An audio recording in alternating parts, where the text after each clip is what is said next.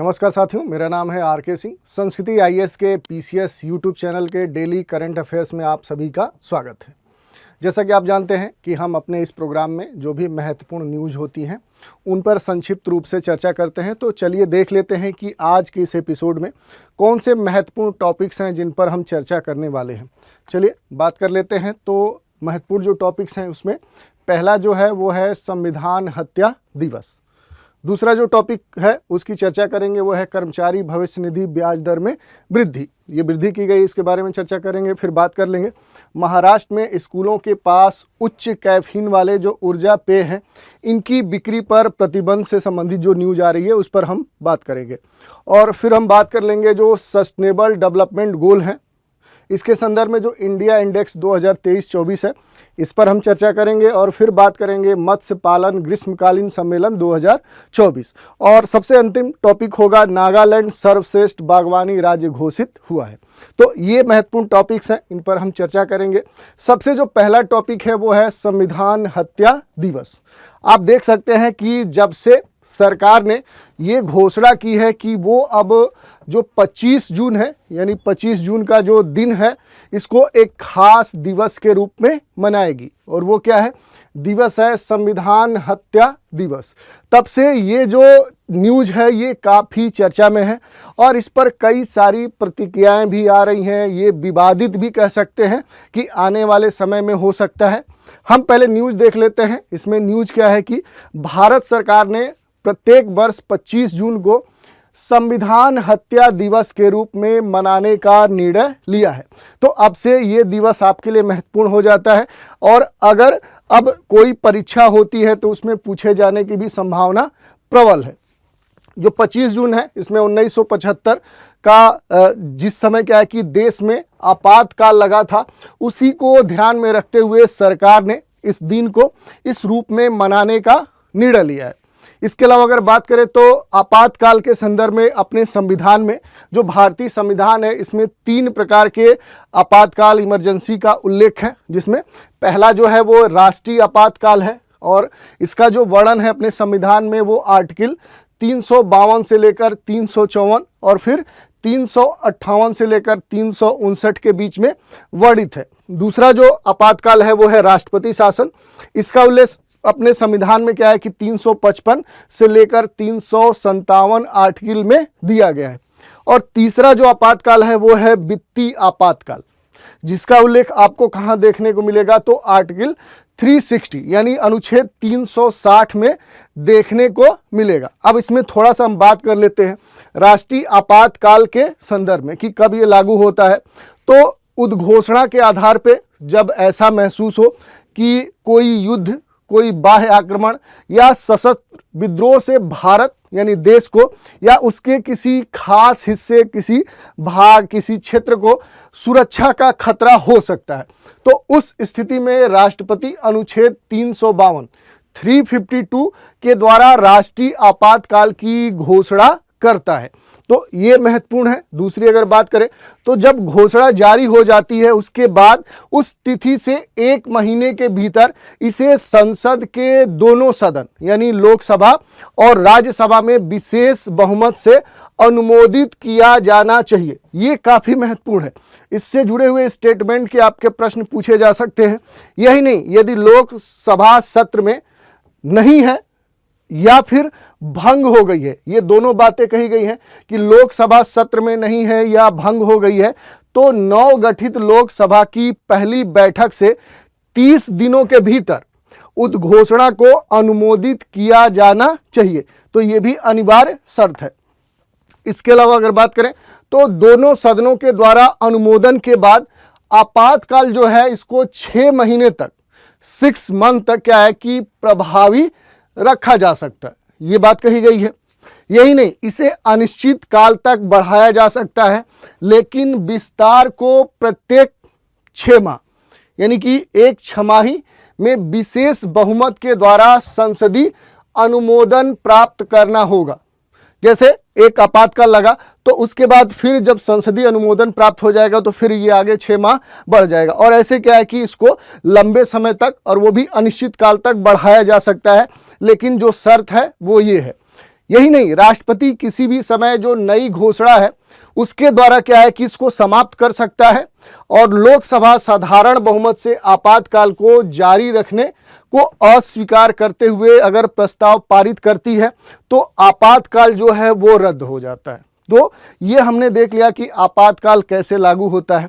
दूसरा टॉपिक है कर्मचारी भविष्य निधि ब्याज दर में वृद्धि। जो एम्प्लॉयमेंट जो प्रोविडेंट फंड है उसमें क्या है, उसमें जो ब्याज दर है उसमें वृद्धि की गई है। ये काफ़ी महत्वपूर्ण हो सकता है और इससे लाभ भी होगा, किसको होगा वो हम देखते हैं। तो अभी न्यूज़ क्या है, तो केंद्र सरकार ने वित्त वर्ष 2024-25 के लिए क्या है, इसमें ये ध्यान रखिए किस वित्त वर्ष के लिए, तो 2024-25 के लिए जो कर्मचारी भविष्य निधि है इसकी वार्षिक जो ब्याज दर है उसमें वृद्धि की है। और ये क्या है कि 8.15 पहले थी, लेकिन अब बढ़कर ये ब्याज दर क्या है कि 8.25% हो गई है। यानी पहले से जो ब्याज दर है उसमें वृद्धि है, और इस वृद्धि से क्या होगा कि देश के जो लाखों जो कर्मचारी भविष्य निधि सदस्य हैं उनको इसका लाभ प्राप्त होगा। तो आप समझ सकते हैं कि इससे जुड़े हुए जो भी व्यक्ति होंगे उनकी आय कह सकते हैं या जो उनका इनकम है उसमें वृद्धि हो जाएगी। तो ये महत्वपूर्ण न्यूज़ है। अब देखिए इसमें अगर हम बात करें कि आखिर जो एम्प्लॉयमेंट प्रोविडेंट फंड है, जो कर्मचारी भविष्य निधि है, ये क्या है, तो ये एक बचत योजना है। कह सकते हैं कि किसी भी सेवा में आप हैं तो वहाँ से जब आप रिटायर होते हैं, सेवानिवृत्त होते हैं, उसके बाद के लिए ये बचत योजना है। और कर्मचारी भविष्य निधि जो संगठन है वो क्या करता है कि ईपीएफ के विनियमन और प्रबंधन के लिए क्या है, वो इसका रेगुलेटरी बॉडीज है, वो जिम्मेदार है। और इस योजना के तहत कर्मचारी और उनके जो नियोक्ता होते हैं दोनों इसका वहन करते हैं, यानी कि मासिक अंशदान करते हैं। यानी दोनों के द्वारा ये धीरे धीरे इकट्ठा होता है और सेवानिवृत्त के होने के बाद क्या है कि ये प्रदान किया जाता है कर्मचारी को। यही नहीं, यह सरकारी एवं निजी क्षेत्रों में कार्यरत सभी कर्मचारियों के लिए बचत का एक प्रमुख साधन है। तो इसमें यह मत समझिए कि कोई अगर गवर्नमेंट जॉब में है उसी को ये प्राप्त होगा। ये दोनों क्षेत्रों यानी जो गवर्नमेंट सेक्टर है और जो प्राइवेट सेक्टर है, दोनों के जो कर्मचारी हैं उनको इसका लाभ प्राप्त होगा। यही नहीं, इस पर दिया जाने वाला जो ब्याज है वो उस पर टैक्स नहीं लगता है। वो क्या होता है, तो वो कर मुक्त होता है। ये आपके लिए महत्वपूर्ण है, इस पर भी प्रश्न आपके पूछे जा सकते हैं। अब हम बात कर लेते हैं कि जो कर्मचारी भविष्य निधि संगठन है इससे जुड़े हुए भी प्रश्न आपके पूछे जा सकते हैं। तो सबसे महत्वपूर्ण क्या है कि वर्ष 1952 में 1952 में कर्मचारी भविष्य निधि और प्रावधान अधिनियम 1952 के अंतर्गत इस ऑर्गेनाइजेशन का गठन किया गया था, इसकी स्थापना की गई थी। यह भारत सरकार के किस मंत्रालय के अंतर्गत काम करता है, तो श्रम एवं रोजगार मंत्रालय के प्रशासनिक नियंत्रण के अधीन ये वर्क करता है। और यह सदस्य कर्मचारियों की भविष्य निधि और पेंशन खातों का क्या करता है, मैनेजमेंट करता है, प्रबंधन करता है। कर्मचारी भविष्य निधि संगठन के प्रबंधकों में केंद्रीय न्यासी मंडल, भारत सरकार और राज्य सरकार के जो प्रतिनिधि हैं तथा जो नियोक्ता हैं और जो कर्मचारी हैं सभी इसमें शामिल हैं, उसके ये भाग है। तो ये हमने देख लिया। यही नहीं, जो भारत का केंद्रीय श्रम मंत्री है वो इस संगठन का अध्यक्ष होता है। और कर्मचारी भविष्य निधि और जो प्रावधान अधिनियम 1952 है इसको वो लागू करता है जो कारखाने अन्य प्रतिष्ठानों में काम करने वाले जो कर्मचारी हैं उनके लिए भविष्य निधि संस्थान के रूप में भी कार्य करता है। यही नहीं, ईपीएफओ ग्राहकों जो कंज्यूमर्स हैं और इसके किए गए वित्तीय जो लेन देन है उसकी मात्रा के मामले में विश्व के सबसे बड़े सामाजिक सुरक्षा जो संगठन है उनमें से एक है। तो जो सोशल सिक्योरिटी की बात हो रही है उसका ये एक पार्ट है, इसको भी आप किसी प्रश्न में कोट कर सकते हैं। तो ये हमने देख लिया। अब अगला टॉपिक है महाराष्ट्र में। महाराष्ट्र के जो स्कूल हैं उनके आसपास के जो क्षेत्र हैं उससे संबंधित एक निर्णय लिया गया है। ये निर्णय क्या है, तो महाराष्ट्र में स्कूलों के पास जो उच्च कैफीन वाले ऊर्जा पेय हैं उनकी बिक्री पर प्रतिबंध लगा दिया गया, उनको प्रोहिबिटेड कर दिया गया है। अब देख लेते हैं इसके बारे में न्यूज़ क्या है। तो जो महाराष्ट्र सरकार है, यहाँ की इस राज्य सरकार ने क्या किया है, तो स्कूलों के पास जो उच्च कैफीन वाले जो पदार्थ होते हैं उनकी बिक्री से संबंधित एक प्रतिबंध का निर्णय लिया है। अगर इस प्रतिबंध की बात करें तो इसके तहत महाराष्ट्र में स्कूलों के आसपास लगभग 500 मीटर के दायरे में, जैसे अगर ये स्कूल है तो इसके चारों तरफ जो 500 मीटर का जो रेंज है, जो कह सकते हैं जो एरिया है, इसमें उच्च कैफीन वाले, जो उच्च ऊर्जा वाले जो पदार्थ हैं, जो ड्रिंक्स हैं, उनके बिक्री पर पूरी तरह से प्रतिबंध लगा दिया है। तो अब क्या होगा कि किसी भी स्कूल के आसपास जो 500 मीटर का जो रेंज है वहां पर उच्च कैफीन वाला कोई भी ड्रिंक्स बेचा नहीं जाएगा या उसकी दुकान यहां पर नहीं होगी। यदि कोई शॉप है तो वहां इस प्रकार के कह सकते हैं कि उच्च कैफीन वाले ड्रिंक रखना प्रतिबंधित है। उस पर क्या हो सकता है कि दंडात्मक कार्रवाई भी हो सकती है। और इस निर्णय का जो मुख्य उद्देश्य है वो यही है कि कैफीन सेवन को रेगुलेट किया जाए, उसको कंट्रोल किया जाए और छात्रों के स्वास्थ्य के ऊपर जो इसके दुष्प्रभाव हो रहे हैं उसको कम किया जाए। वर्तमान नियमों के अनुसार 1 लीटर जो कार्बोनेटेड या गैर कार्बोनेटेड पेय है उसमें लगभग 145 मिलीलीटर से लेकर 300 मिलीलीटर के बीच क्या है कैफीन की मात्रा पाई जाती है।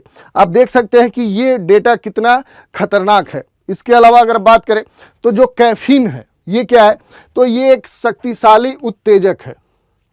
यही नहीं, ये आपके माइंड और आपका जो नर्वस सिस्टम होता है, जो तंत्रिका तंत्र है, उसको काफ़ी एक्टिव कर देता है, उत्तेजित कर देता है। यह आपका जो श्वास है, हृदय गति है, उसको बढ़ा देता है और मानसिक सतर्कता और शारीरिक ऊर्जा को भी ये एक्टिव कर देता है, बढ़ा देता है। तो आप समझ सकते हैं कि इसके कई सारे दुष्प्रभाव भी होते हैं। यही कारण है कि कुछ लोग जैसे सामान्य तौर पे जो चाय है, कॉफ़ी है, जिसमें ये कहा जाता है कि कैफीन पाया जाता है, उसको अपने को एक्टिव करने के लिए यूज करते हैं। लेकिन ऐसे कोल्ड ड्रिंक्स में जो कैफीन की मात्रा है वो काफ़ी अधिक होती है। अगर बच्चे उसको लगातार यूज कर रहे हैं, उसको कंज्यूम कर रहे हैं, तो उनके ऊपर कई सारे दुष्प्रभाव भी देखने को मिल सकते हैं। जैसा कि पहले हमने बताया कि जो मस्तिष्क है, जो नर्वस सिस्टम है, उस पर इस कैफीन का सीधे प्रभाव होता है। तो बच्चों के हेल्थ पर इसका दुष्प्रभाव देखने को मिलता है। अब हम बात कर लेते हैं अगली न्यूज की। अगली न्यूज है जो सस्टेनेबल डेवलपमेंट गोल्ड है। इसका जो इंडिया इंडेक्स 2023-24 है उससे संबंधित न्यूज आई है। ये क्या है, क्यों चर्चा में है, तो हाल ही में नीति आयोग ने सतत विकास लक्ष्य इंडिया इंडेक्स 2023-24 क्या किया, ये जारी किया है। ये अभी क्या है कि इसको कह सकते हैं प्रदर्शित कर दिया गया है। और इसमें जो देश का उत्तराखंड राज्य है, जो केरल है, ये 79 अंक यानी 79 अंकों के साथ कंबाइन रूप से क्या है कि पहले स्थान पे है। यही नहीं, इसके बाद अगर बात करें तो साउथ के तमिलनाडु राज्य 78 अंक और जो गोवा है ये 77 के साथ इनका स्थान है। यानी भारत का जो समग्र एसटीजी जो स्कोर है वो 2023-24 में अब पहले से बढ़कर ये 71 हो गया है। यही नहीं, वर्ष 2020-21 में क्या था कि ये केवल 66 था। तो आप देख सकते हैं कि जो भारत का एसडीजी जो स्कोर है वो पहले से बढ़ा है। ये एक सकारात्मक कह सकते हैं कि वृद्धि है। इसमें अगर हम बात कर लें कि जो सतत विकास लक्ष्य है, जो ये सस्टेनेबल जो गोल है, इनका इतिहास क्या है, तो वर्ष 2015 में संयुक्त राष्ट्र महासभा की जो 17वीं बैठक है उसी में 2030 सतत विकास हेतु एक एजेंडा तय किया गया और इसके तहत जो सदस्य देश हैं उनके द्वारा 17 कह सकते हैं कि विकास लक्ष्य निर्धारित किए गए। और ये आपके सामने है। इसमें अगर बात करें कि जो 17 लक्ष्य हैं उसमें पुअर्टी की बात कही गई है, no poverty, zero hunger, good health and wellbeing, quality education, gender equality, इसके अलावा क्लीन वाटर एंड सैनिटेशन। यही नहीं, इसमें ये कहा गया है, जो 7वां गोल है ये कहा गया है एफोर्डेबल एंड क्लीन एनर्जी। और जो अगला है वो है इसमें decent work and economic growth, industry innovation, reduced inequalities. यही नहीं, इसमें जो सस्टेनेबल सिटीज हैं, जो कम्युनिकेशन है उसकी भी बात कही गई है। इसके अलावा रिस्पॉन्सिबल जो कंजम्पशन है और जो प्रोडक्शन है उसकी चर्चा की गई है। जो क्लाइमेट एक्शन है उसकी बात कही गई है। जो लाइफ बिलो वाटर है उसकी बात कही गई है, जो जीव है। यही नहीं, इसमें लाइफ ऑन लैंड की भी बात कही गई है, पीस एंड जस्टिस इसके बारे में चर्चा की गई है, और इसके साथ पार्टनरशिप फॉर द गोल। तो ये क्या है कि ये कुल 17 कह सकते हैं कि सस्टेनेबल डेवलपमेंट गोल लक्ष्य निर्धारित किए गए हैं। इनकी हमने चर्चा कर ली। अब बात कर लेते हैं कि जो मत्स्य पालन ग्रीष्मकालीन जो सम्मेलन 2024 सम्मेलन ये क्या है कि संपन्न हुआ, इसके बारे में हम देख लेते हैं। अगर बात करें तो देश का जो तमिलनाडु जो राज्य है, इसके मदुरई शहर में मत्स्य पालन ग्रीष्मकालीन सम्मेलन 2024 का आयोजन किया गया है। ये जो आयोजन है ये देश के मत्स्य पालन विभाग यानी सरकार का जो मत्स्य पालन डिपार्टमेंट है उसके द्वारा किया गया था। इसमें प्रधानमंत्री मत्स्य संपदा योजना के तहत लगभग 321 जो प्रोजेक्ट्स हैं इनको मंजूरी प्रदान की गई है। तो आप देख सकते हैं कि सरकार ये जो मत्स्य वाला जो क्षेत्र है, जो सेक्टर है, इस पर विशेष तौर पे ध्यान दे रही है।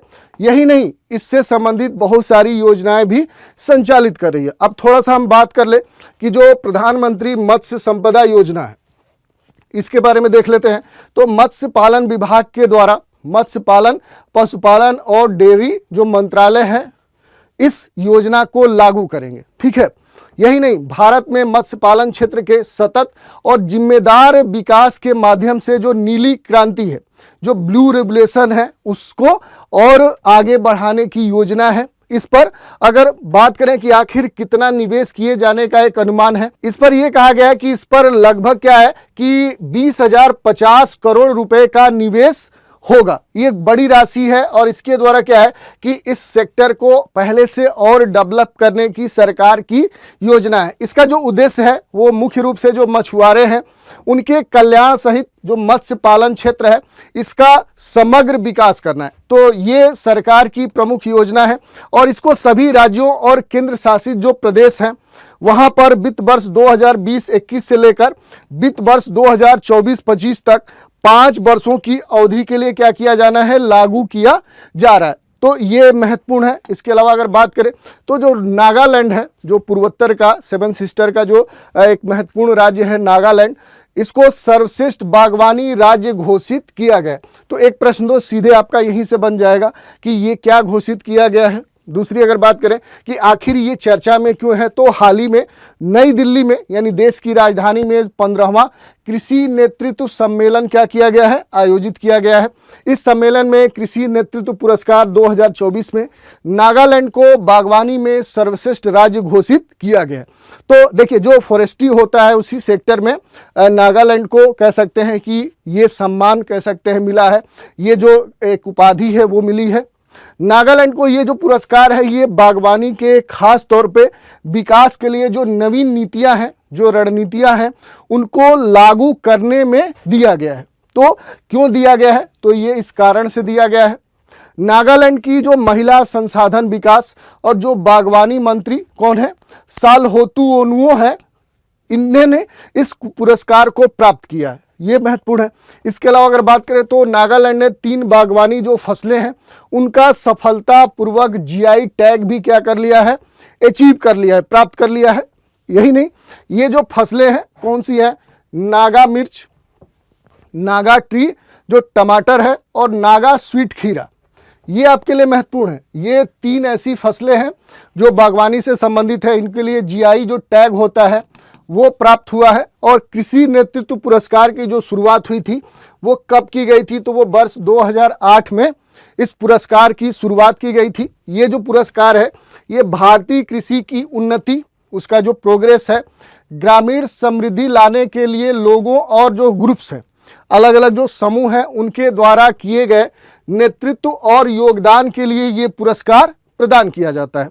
यही नहीं, इन पुरस्कारों का जो उद्देश्य है ये उन लोगों को भी सम्मानित करना है जिन्होंने ग्रामीण यानी जो रूरल सेक्टर है, सामाजिक जो पशुधन है, या फिर कहे तो कृषि विकास में कुछ विशेष महत्वपूर्ण योगदान दिया है। तो ऐसे लोगों को भी क्या है कि इसके द्वारा प्रोत्साहित करना सरकार की योजना है और इसी योजना के तहत ये पुरस्कार प्रदान किया गया है। अब बात कर लेते हैं आज की चर्चा पर एक प्रश्न की। प्रश्न क्या है, तो हाल ही में किस राज्य ने स्कूलों के 500 मीटर के दायरे में उच्च कैफीन वाले जो एनर्जी ड्रिंक्स हैं उनकी बिक्री पर प्रतिबंध लगा दिया है।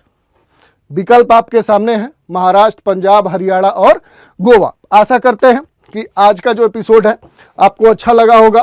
तो आज के इस एपिसोड में इतना ही। नए एपिसोड में फिर मिलते हैं, तो आप हमारे साथ बने रहें, इसके लिए धन्यवाद।